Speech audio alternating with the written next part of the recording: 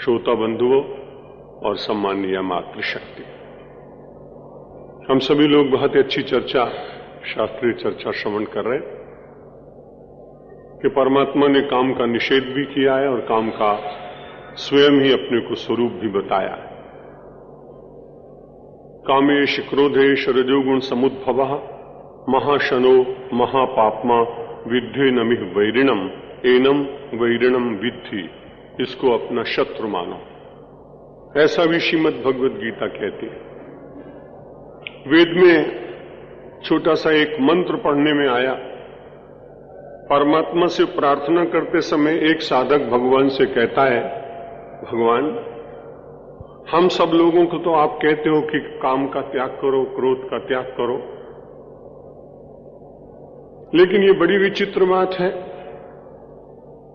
मन्युरस मन्यम में देहि, आप तो बहुत ही क्रोध करते हैं, इसलिए मैं आपसे प्रार्थना करता हूं आप मुझे क्रोध प्रदान कीजिए।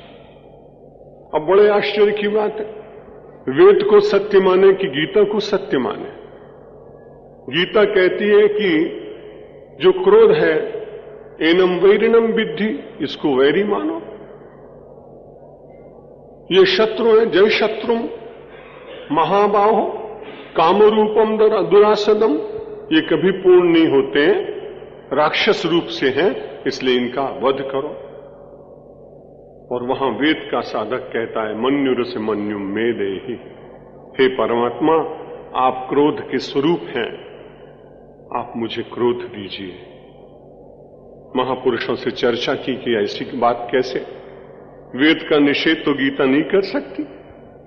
उन्होंने कहा जिस समय साधक भगवान से क्रोध मांग रहा है, उस समय उस क्रोध मांगने के अर्थ में पीछे उसकी एक भावना है कि जैसे आप क्रोध पूर्वक राक्षसों का विनाश करते हैं, वैसे ही मैं अपनी कामना रूपी राक्षस और राक्षसनियों को मारने के लिए इतना क्रोध दीजिए कि उनके साथ हम संधि न करें, उन पर हम आक्रमण कर सकें। इसलिए जिस क्रोध को वेद का साधक मान रहा है, एक मात्रा में मांग रहा है। इसलिए मांग रहा है कि यदि उसके साथ में ऐसी बुद्धि नहीं होगी तो उसके मन में कहीं प्रीति जागे उन दुर्गुणों के द्वारा जिनसे अपना जीवन अशांत हो जाता है। मनुष्य के जीवन में बड़ी आवश्यकता है कि शरीर में गर्मी बनी रहे, लेकिन वो गर्मी जहां तक नॉर्मल है ना, थर्मामीटर का चिन्ह वहीं तक है। जब तक गर्मी नॉर्मल पॉइंट तक रहती है तब तक वो फेवर में रहती है, और जब नॉर्मल पॉइंट को पार कर जाती है तब वो फीवर में हो जाती है। गर्मी फेवर और फीवर दोनों में है। यदि आपके शरीर में से पूरी तरह से उष्णता निकल जाए तो हमारे गांव के लोग बड़े सीधे साधे, भाषा का उनको ज्ञान नहीं होता, तो रात तक तो बोल रहा था लेकिन सवेरे तो ठंडा हो गया। अगर ठंडा हो गया तो जगत में काम का नहीं होता हो।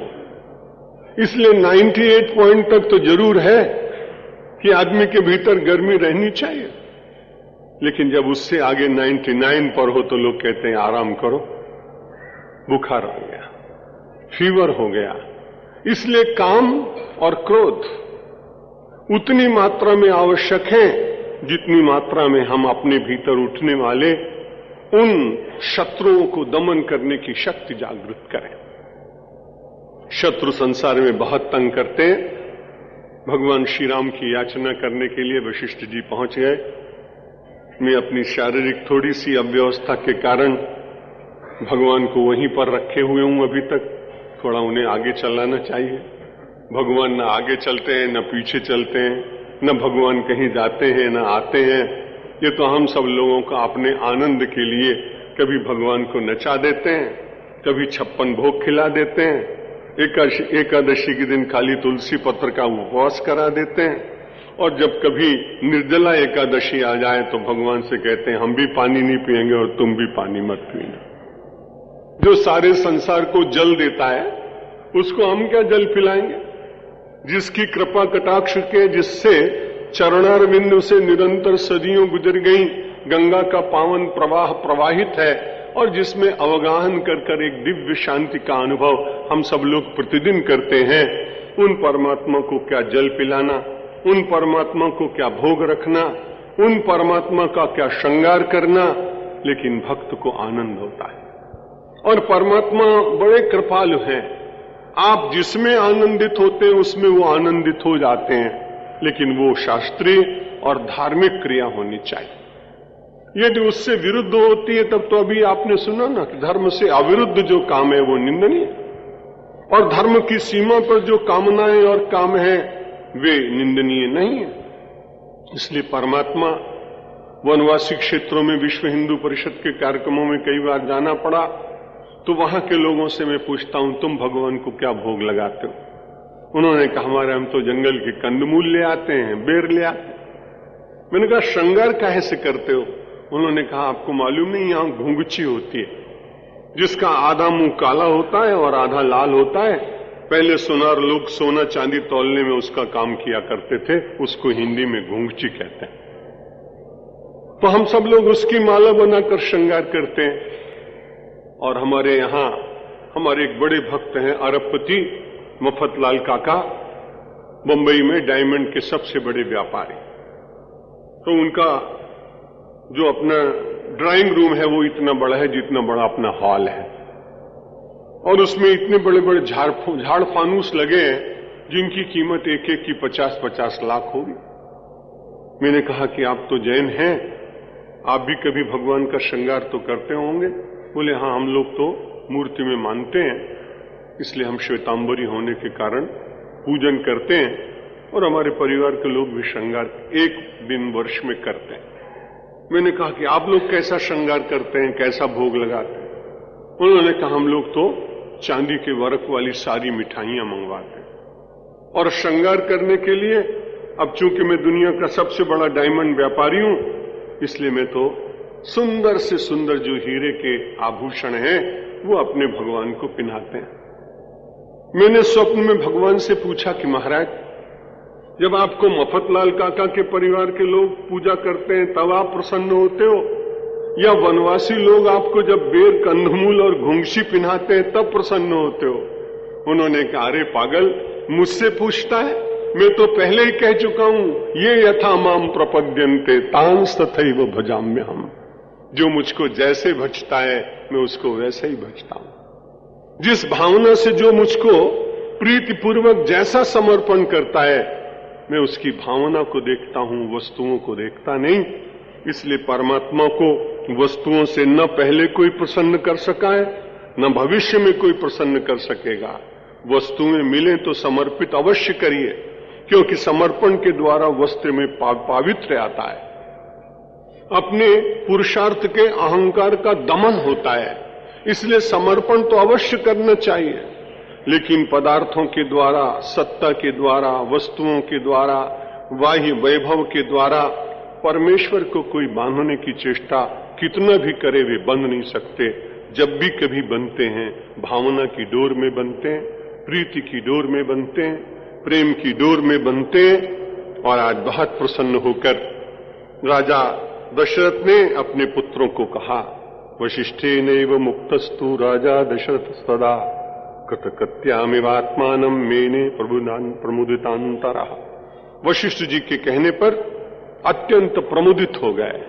देखिए, दो प्रकार से वस्तुएं दी जाती हैं। आपने किसी के कहने से वस्तु दे तो दी, क्योंकि आप उसे मित्र मानते हैं, पूज्य मानते हैं, श्रद्धेय मानते हैं, आदरणीय मानते हैं। लेकिन देने के बाद भी आपको प्रसन्नता ना हो मन में, और मन में विचार करें कि क्या करें। ऐसे व्यक्ति को लेकर के आ गया कि चंदा देने की इच्छा तो थी ही नहीं, लेकिन चंदा देना पड़ा। और बहुत देर तक विचार करते रहते हैं कि वो आदमी इनके साथ ना आता तो उन्हें किसी हालत में देता ही नहीं, लेकिन क्या करें। तो जो दिया गया उसके पीछे कोई आनंद नहीं। वशिष्ठ जी महाराज के साथ मंत्रणा करने के बाद जब राजा दशरथ अपने पुत्रों को समर्पित करते हैं, शास्त्र कहता है उस समय उनको बड़ा आनंद हुआ। ऐसा नहीं लगा कि वशिष्ठ जी के कहने से दे रहे हैं, क्योंकि वशिष्ठ जी के मंत्रणा के बाद लाभ यह हुआ कि जो अज्ञान का अंधकार छाया हुआ था, और जो राम को उन्होंने परिच्छिन्न मान लिया था, जो राम के प्रति ममता होने के कारण केवल राम मेरे हैं, इस प्रकार का जो भाव जगा था, एक ब्रह्मज्ञानी के पास बैठने से आपको रुपए नहीं मिलेंगे, लेकिन एक ब्रह्मज्ञानी के पास बैठने से अज्ञान का जो आवरण आपके ऊपर छा गया होगा वो निश्चित रूप से समाप्त हो जाएगा। इसलिए वशिष्ठ जी महाराज ने जब उपदेश किया और भगवान को व्यापक राम समझाया कि उनको तुम अगर अपने प्रासाद में बांध के रख भी लो, बंद करके रख भी लो, तो भी भगवान तो व्यापक है ना। परमात्मा अपनी शक्ति से भी कुछ कर सकेंगे, इसलिए यश ले लो और परमात्मा को सारे संसार के वो हैं, इस प्रकार का विचार करो। कृतकृत्यमिवात्मानम। जब ये उसने ज्ञान की बात सुनी तो राजा दशरथ के मन में बड़ा प्रेम जागा और उन्होंने सोचा आज तो मैं बड़ा भाग्यशाली हूं। क्यों भाग्यशाली हूं? एक दिन मैं आपको निवेदन कर चुका हूं कि धन्य गड़ी सोई जब सत्संगा। जब संत का साथ मिले तब समझना चाहिए सबसे श्रेष्ठ जीवन के क्षण हुए। जब सत्संग मिले, प्रवचन सुने, कथा सुने, वो तो ठीक है, लेकिन जब प्रत्यक्ष कभी दिव्य महापुरुष का साथ मिल जाए, आप्तकाम व्यक्ति का, निष्प्रिय व्यक्ति का, परोपकारी व्यक्ति का, समाज के जीवन में जुड़ा हुआ पर अपने लिए चिंता न करने वाले कोई ऐसे अच्छे महापुरुष अपने देश में बहुत सारे हैं। यदि कभी उनका सत्संग मिले तो धन्य क्षण होते हैं। आज राजा दशरथ अपने को कृतकृत्य इसलिए मान रहे हैं कि मैं अपने को अपने आप बुलाता तो बड़ी कठिनाई होती, लेकिन ये तो बड़ी अच्छी बात हुई कि आज तो मेरे घर पर स्वयं विश्वामित्र जी आए और विश्वामित्र जी के साथ में वशिष्ठ जी महाराज आए। वशिष्ठ जी के मैंने प्रवचन तो बहुत सुने थे, लेकिन आज मेरे जीवन का ये बड़ा सुंदर पावन प्रसंग है कि जब दशरथ जी ने अकेले में बुलाकर पार्लर में मुझसे बात की। जब कोई बड़ी मंत्रणा करनी होती है, हमारे यहां एक दो बड़े अच्छे अच्छे इनकम टैक्स से वकील भी आए हुए हैं, तो अपने क्लाइंट्स को बुला के अलग में बात करते हैं। तो वशिष्ठ जी बड़े प्रसन्न हुए कि आज तक ये सामूहिक उपदेश तो करते थे, लेकिन मेरे अज्ञान ने यद्यपि मेरा अकल्याण थोड़े क्षण के लिए जरूर किया होगा, लेकिन कभी कभी महापुरुषों की कृपा के लिए ये अज्ञता भी वरदान बन गई और आज वशिष्ठ जी महाराज ने एकांत में बैठकर मुझको सत्संग कराया, मेरे अज्ञान का निवारण किया। इसलिए कृतकृत्यम। आज मैं आत्मानम कृतकृत्यम युमन्ये, मैंने ऐसा मानने के बाद में प्रमुदितांतरः, और उसके बाद में बहुत ही आनंदित हुए। आहूय राम रामेति लक्ष्मणेति च सादरम आलिंग्य मूर्धन वग्राय कौशिकाय समर्पयत। कौशिक जी महाराज को कहा, महाराज विश्वामित्र जी को, कि अब मैं आपको समर्पित कर रहा हूं। हृदय भर आया प्रत्येक पिता का, प्रत्येक माता का, जंगल में अपने पालकों को, और ऐसे बालक जो सारे संसार में जिनकी तुलना में कोई ना हो, उन्हें देते समय स्वाभाविक रूप से उनका हृदय तो भर ही आए।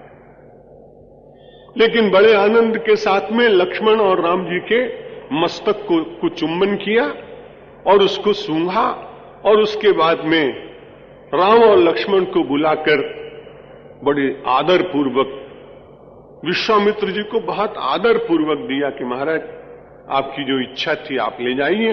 ततोतहृष्टो भगवान विश्वामित्र प्रतापवान आशीर्भिर अभिनंद्याथ आगतौ राम लक्ष्मण। राम लक्ष्मण ने विश्वामित्र जी को प्रणाम किया। प्रणाम करने के बाद जिसके आशीर्वाद की आकांक्षा सारा संसार करता है, ऐसे ब्रह्म परमात्मा श्री राम को और शेषावतार लक्ष्मण जी को, और बड़े आनंद के साथ विश्वामित्र जी ने आशीर्वाद दिया, और आशीर्वाद देने के साथ में अभिनंदन भी किया। ये बहुत कम होता है संसार में। यदि आप किसी को आशीर्वाद देंगे तो उसका अभिनंदन थोड़ी करेंगे, यदि अभिनंदन करेंगे तो आशीर्वाद नहीं देंगे। जब आशीर्वाद दिया तब उनको ध्यान रहा कि मैं इनका गुरु हूं, इनको शिक्षा दूंगा। जब अभिनंदन किया तब विचार किया कि जाके सहज श्वास शुद्ध चारी, जिसकी श्वास में से वेद निकले हों, उन भगवान को मैं क्या शिक्षा दूंगा। जैसे ये विचार मन में आया वैसे विचार किया कि हा आज के क्षण कितने धन्य हैं कि स्वयं ब्रह्म मेरे साथ शिष्य बनकर जा रहे हैं। शिष्य को आशीर्वाद दिया और ब्रह्म का अभिनंदन किया। इसलिए अभिनंदन और आशीर्वाद दोनों साथ साथ हुए। राम और लक्ष्मण को लेकर चले। गृहीत्वा ताप चाप तूणीर बाण खंग धरौ ययौ किंचित देशम अतिक्रम्य राम माहूय भक्तिता। बड़े आनंद के साथ में धनुष बाण ले लिया और चल पड़े। हमारे जितने देवता हैं हम सब लोग पूजा करते हैं, लेकिन हिंदू धर्मावलंबी लोग अपने उन देवताओं से बहुत कम प्रेरणा ले पाते।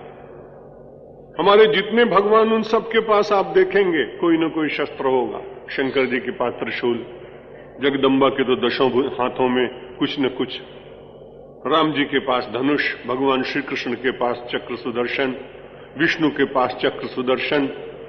सब भगवान ये कहते रहे कि अपने घर में इतने दुर्बल मत बन के बैठो कि कोई तुम्हारे ऊपर आक्रमण कर दे और तुम्हारे घर में खाली बढ़िया रुमालें निकले और बढ़िया सुंदर टावेल निकले, लेकिन तुम्हारे घर में डंडा ही न हो और तुम्हें पीट के चला जाए यमन कोई, और तुम्हारे घर की बहु बेटियों का अपमान करके चला जाए और तुम केवल दृष्टा बने रहो। ऐसा नहीं होना चाहिए।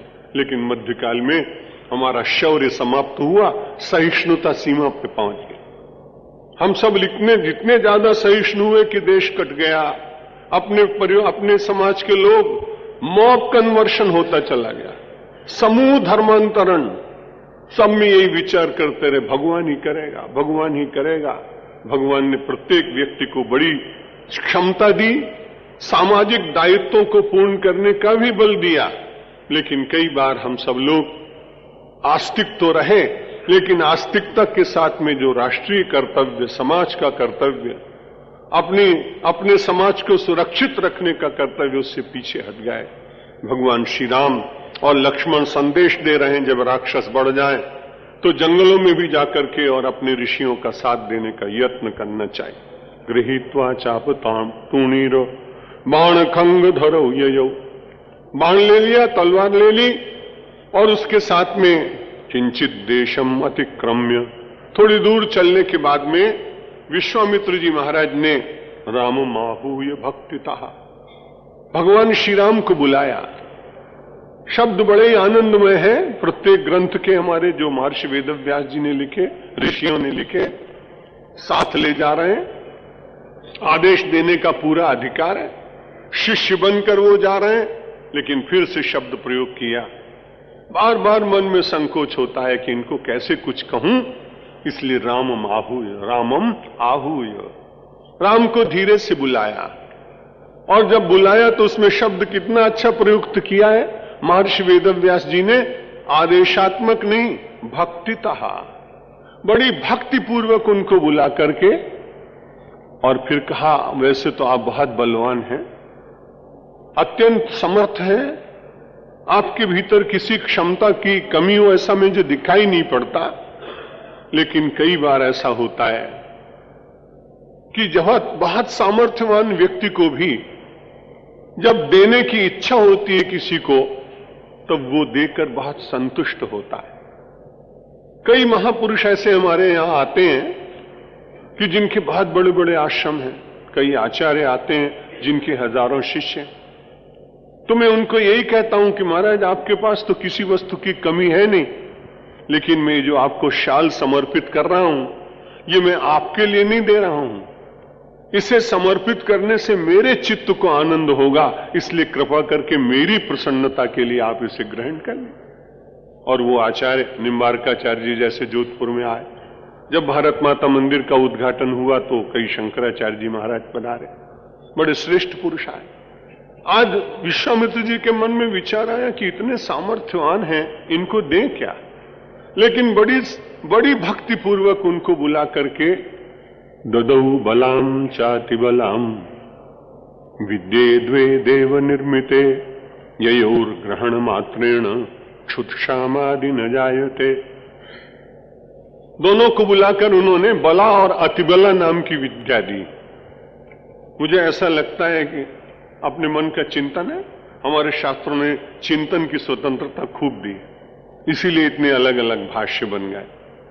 जब विश्वामित्र जी ले जाने लगे तो मन में विचार किया कि बड़े घर के लड़के हैं, सवेरे उठकर चांदी के कटोरे में केसर से मिला हुआ दूध माई पिलाती थी, उसके बाद में बड़े अच्छे अच्छे रसोइये कितने होते तो इनकी सब व्यवस्था करते थे। अब मैं इनको ले जा रहा हूं, अब इनको भूख लगेगी तो मेरे आश्रम में तो क्या होगा, इतनी जल्दी व्यवस्था भी कैसे हो पाएगी। इसलिए बला और अतिबला दो विद्याओं को दिया, और उनका लाभ ये है कि जिनके पास दोनों विद्याएं ये होती हैं, कलाएं होती हैं, मंत्र होते हैं, इस प्रकार की उसके भीतर की जो रचना और रहस्य जिसको जानता है, तो उन लोगों के लिए एक बड़ा लाभ है कि उन लोगों को भूख और प्यास नहीं लगती। इसलिए राम और लक्ष्मण जी की व्यवस्था पहले ही कर दी कि आश्रम में जाने के बाद देखें कि ये तो बिल्कुल कुछ यहां है ही नहीं, तो भूख लगेगी तो दूंगा क्या। इसलिए अपनी विद्या के द्वारा क्षुत क्षामादि न जायते, जिसके द्वारा भूख नहीं लगती। और एक और बात है, भूख न लगे और भोजन न करे आदमी तो समझ में आती बात, लेकिन जिस विद्या को उन्होंने दिया उसमें दुर्बलता भी नहीं आती, क्योंकि उस विद्या का नाम ही है बला और अतिबला। इसलिए बला और अतिबला दो विद्याएं ग्रहण करने के बाद विश्वामित्र जी से दोनों जने चल रहे हैं, और विश्वामित्र जी बड़े प्रसन्न हैं कि अब जाने के बाद में चूल्हा नहीं जलवाना पड़ेगा। मानो घंटी लगने के बाद पहुंचे तो भंडारे में कुछ बचेगा नहीं, देंगे कहां से। इसलिए उन्होंने बड़ी अच्छी व्यवस्था कर दी कि वहां पहुंचने के बाद पूछे राम लक्ष्मण जी से कि भूख लगी है, तो अपने आप कहें गुरुदेव आज तो भूख लगी नहीं, अब विश्राम करने दो, खूब पैदल चला के लाए, अब सो जाने दो। और फिर पूछेंगे दुर्बलता आई क्या, इतना चल के आए हो, खाया नहीं, तो कहेंगे महाराज बलिष्ठ तो है, ज्यों के त्यों है, कैसी अद्भुत विद्याएं। अपनी ये दोनों विद्याएं समर्पित कर दी। तत उत्तीर्य गंगा दे ताटका वन मागनम आगमन वनम आगमन विश्वामित्र सदा प्राह रामम सत्य पराक्रमम। चलते चलते गंगा जी को पार किया। संसार में बिना गंगा पार किए कुछ मिलता नहीं है, और जब गंगा को कोई पार करता है तो गंगा पार कराने वाला किस प्रकार से अपनी उतराई मांगता है, ये तो आप सब इन दिव्य रामायण के वक्ताओं से श्रवण करेंगे, लेकिन यहां ऐसा कुछ वर्णन आया नहीं। अच्छी बात है, कोई वहां शायद उस तट पर उस दिन मालूम नहीं हुआ होगा कि राम जी इधर से पार कर रहे हैं, नहीं तो केवट तो बड़े चतुर होते हैं, वो जरूर पहुंच जाते हैं। लेकिन विश्वामित्र जी का स्वभाव ही लोगों को मालूम था। अगर राम और लक्ष्मण अकेले कभी गए होते तो मुझे लगता है कि जरूर कोई न कोई केवट नाव लेके पहुंच जाता और कहता महाराज कि पहले बैठो और चरण धुलवाओ। लेकिन विश्वामित्र के उग्र स्वभाव की पर्याप्त चर्चा थी, इसलिए लोग जानते थे कि भाई विश्वामित्र जी के साथ है, वहां अपना चलेगा नहीं। इसलिए वहां जाने के बाद गंगाम उत्तीर्य, गंगा जी को पार किया, और जब पहुंचे उस स्थान का नाम था ताटका वन, और वहां पर विश्वामित्र जी महाराज ने भगवान श्री राम का एक अच्छा विशेषण यहां दिया, सत्य पराक्रमम। जिनका पराक्रम कभी व्यर्थ नहीं जाता है। संसार में दो तरह के लोग होते हैं, जो बहुत बोलते हैं ये कर दूंगा और वो कर दूंगा, और जब करने का अवसर आता है तब उनसे कुछ नहीं होता है, उनके पराक्रम में कहीं बल नहीं होता है। लेकिन भगवान श्री राम की तो बात यही है कि क्रोध तो करते नहीं जल्दी, लेकिन यदि बहुत आवश्यक हो समाज के कल्याण के लिए तो हनुमान जी इसीलिए चले, जिमि अमोघ रघुपति करबाना ताही भांति चले वो हनुमाना। हनुमान जी जब चले तो अपने बल से नहीं चल रहे हैं, उनको मालूम है कि मेरे साथ किसी की शक्ति है, और जिसकी शक्ति है वो सत्य पराक्रम है। इसलिए विश्वामित्र जी ने भी विचार किया कि जिन लोगों को मैं साथ लाया हूं उनमें श्री राम, यदि एक बार संकल्प करेंगे कि ये करना है तो निश्चित रूप से करेंगे, क्योंकि सत्य पराक्रम है। उस समय विश्वामित्र जी ने बड़ी सरलता के साथ अत्रास्ति ताटका नाम राक्षसी काम रूपिणी बाधते लोकमखिलम जहिताम अविचारयन।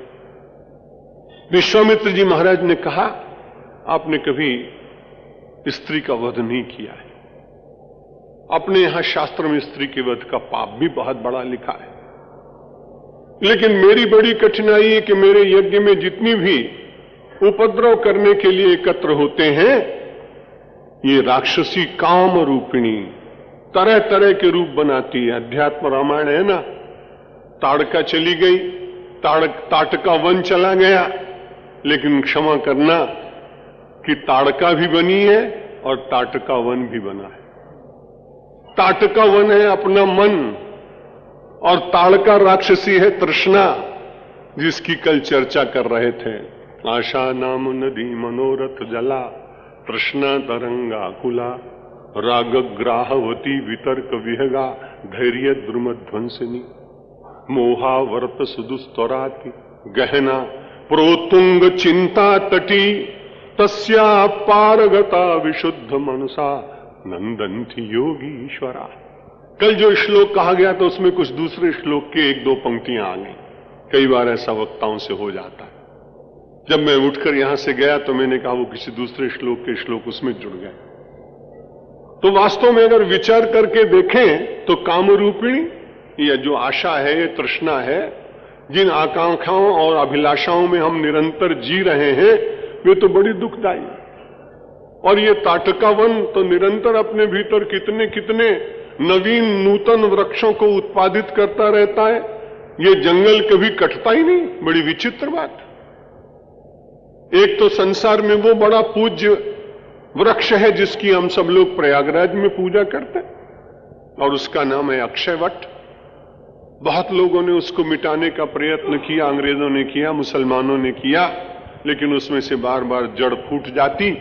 बाद में फिर अंग्रेज जो सबसे अंतिम अधिकारी था, उसने कहा अब इसको कोई काटेगा नहीं, और जो हिंदू समाज इसकी पूजा करने के लिए प्रयागराज में आते हैं उनको अनुमति दी जाए। अंग्रेजों के जमाने में ही उतना भाग अलग कर दिया गया, और अर्ध कुंभ के समय, माघ मेला के समय, पूर्ण कुंभ के समय में सभी लोग वहां जाकर उस अक्षयवट की परिक्रमा करते हैं, स्नान करते हैं, पूजन करते हैं, प्रसाद चढ़ाते हैं, उसमें बहुत सारे सूत के डोरे बांधते हैं। वो तो बड़ा पूज्य है। लेकिन कभी आपने विचार किया कि हम सब लोगों का ताटका वन रूपी ये मन, और इस ताटका वन में, और ये निरंतर निरंतर कभी न कटने वाला ये जो कामनाओं का अक्षय वट बन गया है, इसको जब तक काटने का प्रयत्न नहीं होगा तब तक जीवन सुखी होगा नहीं। और ये बड़ी विचित्र बात है कि अगर उस ताटका वन में, अपने इस चिंतन के जंगल में, विचारों के जंगल में, तृष्णा के तरुओं को यदि हम अपनी शक्ति से काट लेते तो हमें ऐसा लगता है कि भगवान को विश्वामित्र जी को ले जाने की क्या जरूरत थी। इसलिए विश्वामित्र जी इसलिए ले गए कि जब भी कभी ताड़का मरेगी तो राम की कृपा के बिना मर नहीं सकती, इसलिए उसकी कृपा की याचना तो करनी पड़ी। अत्रास्ति ताटका नाम।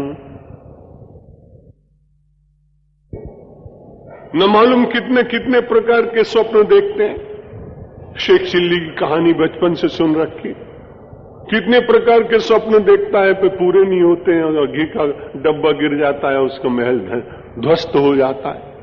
इसी प्रकार से हम सब लोग भिन्न भिन्न क्षेत्रों में बैठे हुए लोग, और नाना प्रकार की कामनाओं की तृष्णा रूपिणी जो आशा है, काम रूपिणी जो आशा है, निस्सो वष्टि शतम शती दश शतम लक्षम सहस्रारिपो लक्षेशः क्षितिपालताम क्षितिपति ब्रह्मास्पदम वांछति ब्रह्मा शैव पदम शिवो हरिपदम ह्याशावधिम को गता। जिसके पास कुछ नहीं हो कहता है 10 रुपया हो जाए, और जिसके पास 10 हो गया उसने कहा 100 रुपया हो जाए, जिसके पास 100 हो गया उसने कहा 1000 हो जाए, जिसके पास 1000 उसने कहा लाख हो जाए। क्षितिपति लक्षेशः क्षितिपालताम। और जो लखपति हो गया वो कहता है मैं राजा हो जाऊं, और जो क्षितिपति हो गया वो कहता मैं इंद्र हो जाऊं। क्षितिपति चक्रे शतम वंशति। और उसके बाद चक्रेशः सुरराजताम, वो चक्रवर्ती बनना चाहता है। जो क्षितिपति है वो चक्रवर्ती बनना चाहता है, और जो चक्रवर्ती है वो इंद्र बनना चाहता है। चक्रेशः सुरराजताम, और सुरपति और जो इंद्र बन गया वो ब्रह्मा बनना चाहता है, और जो ब्रह्मा बन गया, ब्रह्मा शैव पदम, तो ब्रह्मा जी कहते मैं शिव हो जाऊं। याशावधिम को गता, ये ताटका वन की तृष्णा रूपी काम रूप बड़े आनंद के साथ ये विवर्धिता होती। इसलिए या तो राम की कृपा या सत्संग करते करते किसी को विवेक का कुल्हाड़ा मिल जाए, और विवेक का कुल्हाड़ा मिल जाए तो वो भी स्वयं भी उसको काट सकता है, लेकिन कठिनाई। परमात्मा का अनुग्रह हो और विवेक दोनों हो तो बड़ी सरलता से। मैंने अपने बगीचे में एक बार देखा है कि एक बहुत बड़ा स्थूल वृक्ष था, उसको काटने का प्रयत्न किया गया, तो काटने वाले लोगों ने पहले उस पर कुल्हाड़ा चलाया। कुल्हाड़ा चलाने के बाद में जब बिल्कुल पतला रह गया तो उसको आरे से काट दिया। बड़ी सामान्य क्रिया थी। आध्यात्मिक चिंतन होने के कारण मैं थोड़ी देर तक उसको देखता रहा। मैंने कहा परमात्मा ऐसी कृपा करना कि मेरे मन के कामना के वृक्ष को मैं अपने पुरुषार्थ के कुल्हाड़े से काटूं, तो उसके बाद अपनी कृपा की जो आरी है तुम चला देना, और ये अपने आप गिर जाएगा और जीवन धन्य हो जाएगा। तथेति धनुरादाय सगुणम रघुनंदनः बाधते लोकमखिलम जहि ताम अविचारयन्। विश्वामित्र जी ने कहा विचार मत करो, अविचारयन्। शत्रु जब सामने आए तो उसको अविचार पूर्वक मार देना चाहिए। विचार करने लगा तो उतनी देर में तो तैयार हो जाएगा वो। और ये राक्षसी है, राक्षस का ये काम होता है अग्निदाह गर्दश्चैव शस्त्र पाणिर धनापहा भूमिदारा पहारश्च षडैते आततायिना। शास्त्र ने आतताई के 6 लक्षण बताए। अग्निदाह, जाकर चुपचाप आग लगा दे। गर्दश्चैव, विषपान करा दे। और शस्त्र लेकर के अकारण किसी के ऊपर आक्रमण करने दौड़ पड़े। शस्त्र पाणिर धनापहा, और दूसरे की धन और संपत्ति का अपहरण कर दे। धन दारा पहारश्च, पर स्त्री का अपहरण, किसी की स्त्री का अपहरण कर ले जाए, किसी की भूमि उठा ले जाए। भूमि दारा पहारश्च षडेते आततायिना। शास्त्र ने कहा ये सब 6 प्रकार के आतताई होते हैं। और आततायिनम आयांतम बद्धताम, उस जैसे आतताई दिखाई पड़े उस समय तत्काल अविचारेण, बद्धताम अविचारेण, बिना विचार किए हुए आतताई का वध कर देना चाहिए। ये शास्त्र ने कहा। इस तुला पर तौल कर जब विश्वामित्र ने देखा तो आतताई माना उसको, और कहा कि अब ताटका भले स्त्री हो, लेकिन ये आतताई कामरूपिणी, यज्ञ का विध्वंस करने वाली, ऋषियों को कष्ट देने वाली है, इसलिए बद्धताम, इसको समाप्त करिए। बाधते लोकमखिलम जहि ताम अविचारयन्। सारे संसार में स्थान स्थान पर लोगों को कष्ट देती है। जैसे विश्वामित्र जी ने आदेश दिया, राम जी ने कुछ ज्यादा विचार विमर्श नहीं किया। इस समय आप देखें कि राम भगवान तो सिपाही हैं और कमांडर कौन है? विश्वामित्र जी। आप जानते हैं युद्ध विज्ञान में, सेना में ऐसा ही होता है कि सिपाही को जो आज्ञा दी जाए उस समय जनरल की आज्ञा के सामने वो बोल नहीं सकता है। इस समय बिल्कुल जनरल की तरह से आज्ञा दी उन्होंने कि बाधते लोकमखिलम, सारे संसार को कष्ट देने वाली है ये, इसलिए आप इसका वध कहिए, मारिए जही। और भगवान ने तत्काल बड़ा एक छोटे उन्होंने कहा जही, मारो। तो भगवान राम कहते हैं तथेति, जो आज्ञा। कैसे सुंदर संवाद है। तथेति धनुरादाय सगुणम रघुनंदनः कंकार अकरोत्तेन शब्देन पूरयद् वनम। भगवान श्री राम ने कहा जैसी आपकी आज्ञा, और धनुष लिया। धनुष लेने के बाद सगुणम रघुनंदनः, जो निर्गुण निराकार परमात्मा है, उसने अपने धनुष के ऊपर गुण चढ़ाए, रस्सी चढ़ाई। गुण शब्द के दो अर्थ होते हैं संस्कृत में, एक होता है रस्सी और एक गुण जो आप जानते हैं रजोगुण तमोगुण, सत्वगुण रजोगुण तमोगुण। तो यहां अध्यात्म रामायण में प्रत्येक स्थान पर आप ढूंढेंगे तो कुछ न कुछ आध्यात्मिकता रहस्य रूप से विद्यमान। भगवान श्री राम खंग भी ले गए हैं, क्योंकि पिछले शो में कहा गया कि तलवार है उनके पास, लेकिन भगवान श्री राम यहां पर धनुष लेकर के और अपनी उस प्रत्यंचा को तानते हैं। आप निश्चित मानिए, धनुष जो होता है वो टेढ़ा होता है, जब भी आपने देखा होगा। धनुष जो टेढ़ा होता है और उसके ऊपर जो रस्सी लगी होती है वो सीधी होती है। हमारा मन रूपी धनुष बहुत टेढ़ा है, परमात्मा बहुत सरल है। यदि परमात्मा के चरणों में कहा कि महाराज अपने धनुष को उठाकर जड़ा प्रत्यंचा तानकर एक बाण मारो, ये सदा सदा के लिए मेरी जो समस्या है, मन रूपी राक्षस और ये आशा रूपी ताटका, ये दोनों नष्ट हो जाएंगी। इसलिए भगवान प्रत्यक्ष रूप से तो केवल धनुष उठाते हैं, गुण को तानते हैं, रस्सियों को, अपनी प्रत्यंचा को तानते हैं। अप्रत्यक्ष रूप से देखें, आध्यात्मिक दृष्टि से तो साधक की मदद कर रहे हैं और कहते तुम चिंता मत करो, तमेव शरणम गच्छ सर्व भावेन भारत। संपूर्ण रूप से उन्हीं की शरण में चले जाओ। तो जब उनकी शरण में चले जाओगे तो भगवान अपने आप कहेंगे चिंता मत करो, अब हम धनुष उठाएंगे और तुम्हारे जंगल, मन रूपी जंगल में व्याप्त राक्षसों का हम वध कर देंगे।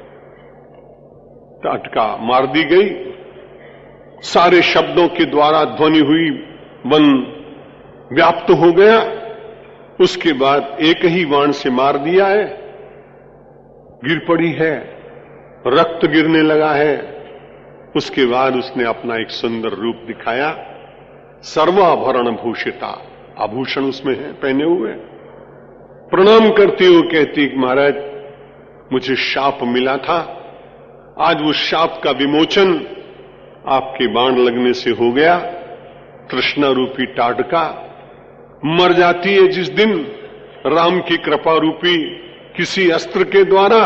उस समय वो जो राक्षसी थी, जो भयंकर थी, जो कुरूपा थी, उस समय राक्षसी भयंकर रूप धारण करती है जब भगवान उसे मारते हैं, और जब मार देते हैं तो उसके बाद सुंदर रूप धारण कर लेती है। तब वो तृष्णा समाप्त हो जाती है, आशा मिट जाती है और उसके अपने मन रूपी जंगल के भीतर कृपा, परमात्मा की कृपा, और उसमें न मालूम कितने कितने सद्गुण हैं, समता है, सहानुभूति है, दया है, मुदिता है, क्षमा है। इन सारे आभूषणों को पहने पहने वो कृपा उस समय प्रकट हो जाती है। राक्षसी समाप्त हो गई, परमात्मा की कृपा प्रकट हो गई, सद्गुणों के आभूषण उसमें पहने हुए हैं। और उस समय वो प्रणाम करके कहती महाराज यदि आपने बाण न मारा होता तो मैं तो उसी तमोगुण में जीती रहती। बड़ी कृपा हुई विश्वामित्र की, बड़ी कृपा हुई आपकी। विश्वामित्र जी बड़े प्रसन्न हो गए, शाप से वो विमोचित हो गई। तो अत्यंत प्रसन्न होने के बाद राम और लक्ष्मण को हृदय से लगाया और मूर्धन्य वघ्राए और दोनों के शीशों को सूंघा, मस्तक को सूंघा, और बहुत ही विचार करने के बाद कि पहले तो मैंने केवल बला और अतिबला दी थी, अब मुझे और कुछ देना चाहिए। इसलिए जितने शास्त्रों का ज्ञान था सब कुछ दे दिया। सरहस्य मंत्रम, उनको चलाने के रहस्य बता दिए, मंत्रों के द्वारा कैसे सिद्ध किया जाता ये दे दिया। और कैसे दिया? प्रीत्या भी, अत्यंत प्रसन्न होकर भगवान श्री राम को ददौ मुनीन रहा, मुनियों में इंद्र के समान सर्वश्रेष्ठ विश्वामित्र जी महाराज ने राम जी को सारे अस्त्र शस्त्र सिखा दिए। बड़े प्रसन्न थे गुरु और शिष्य, बड़े आनंद में थे। और जब कभी प्रसन्नता अपनी सीमा पर पहुंच जाए, आपका अनुभव होगा, तब कई बार आदमी न तो दुख में बोल पाता है और न सुख में बोल पाता है। अब ऐसे आनंद में जहां विश्वामित्र जी और राम जी इतने आनंद में हो, तो हम सब लोग भी उतने ही आनंद में हो और अपने शब्दों को अवरोध दें, विराम दें, ये ठीक ही लगता है। भगवान मेरी नैया उस पार लगा देना, अब तक तो निभाया है, आगे भी निभा दल बल के साथ माया घेरे जो मुझे आकर, तो देखते न रहना, झट आके बचा लेना। भगवान मेरी नैया उस पार लगा देना। संभव है झंझटों में मैं तुमको भूल जाऊं, पर नाथ कहीं तुम भी मुझको न भुला देना। भगवान मेरी नैया उस पार लगा देना। तुम देव मैं तुम इष्ट मैं उपासक, ये बात अगर सच है, सच करके दिखा देना। भगवान मेरी नैया उस पार लगा देना, अब तक तो निभाया है, आगे ही निभा। शंकर भगवान की, रामचंद्र भगवान की, कृष्णचंद्र भगवान की, जगदम्बे माता की, पवन सुत हनुमान की, गंगा माता की, भारत माता की, सब संतों की, धर्म की, अधर्म का, प्राणियों में, विश्व का। हर हर महादेव।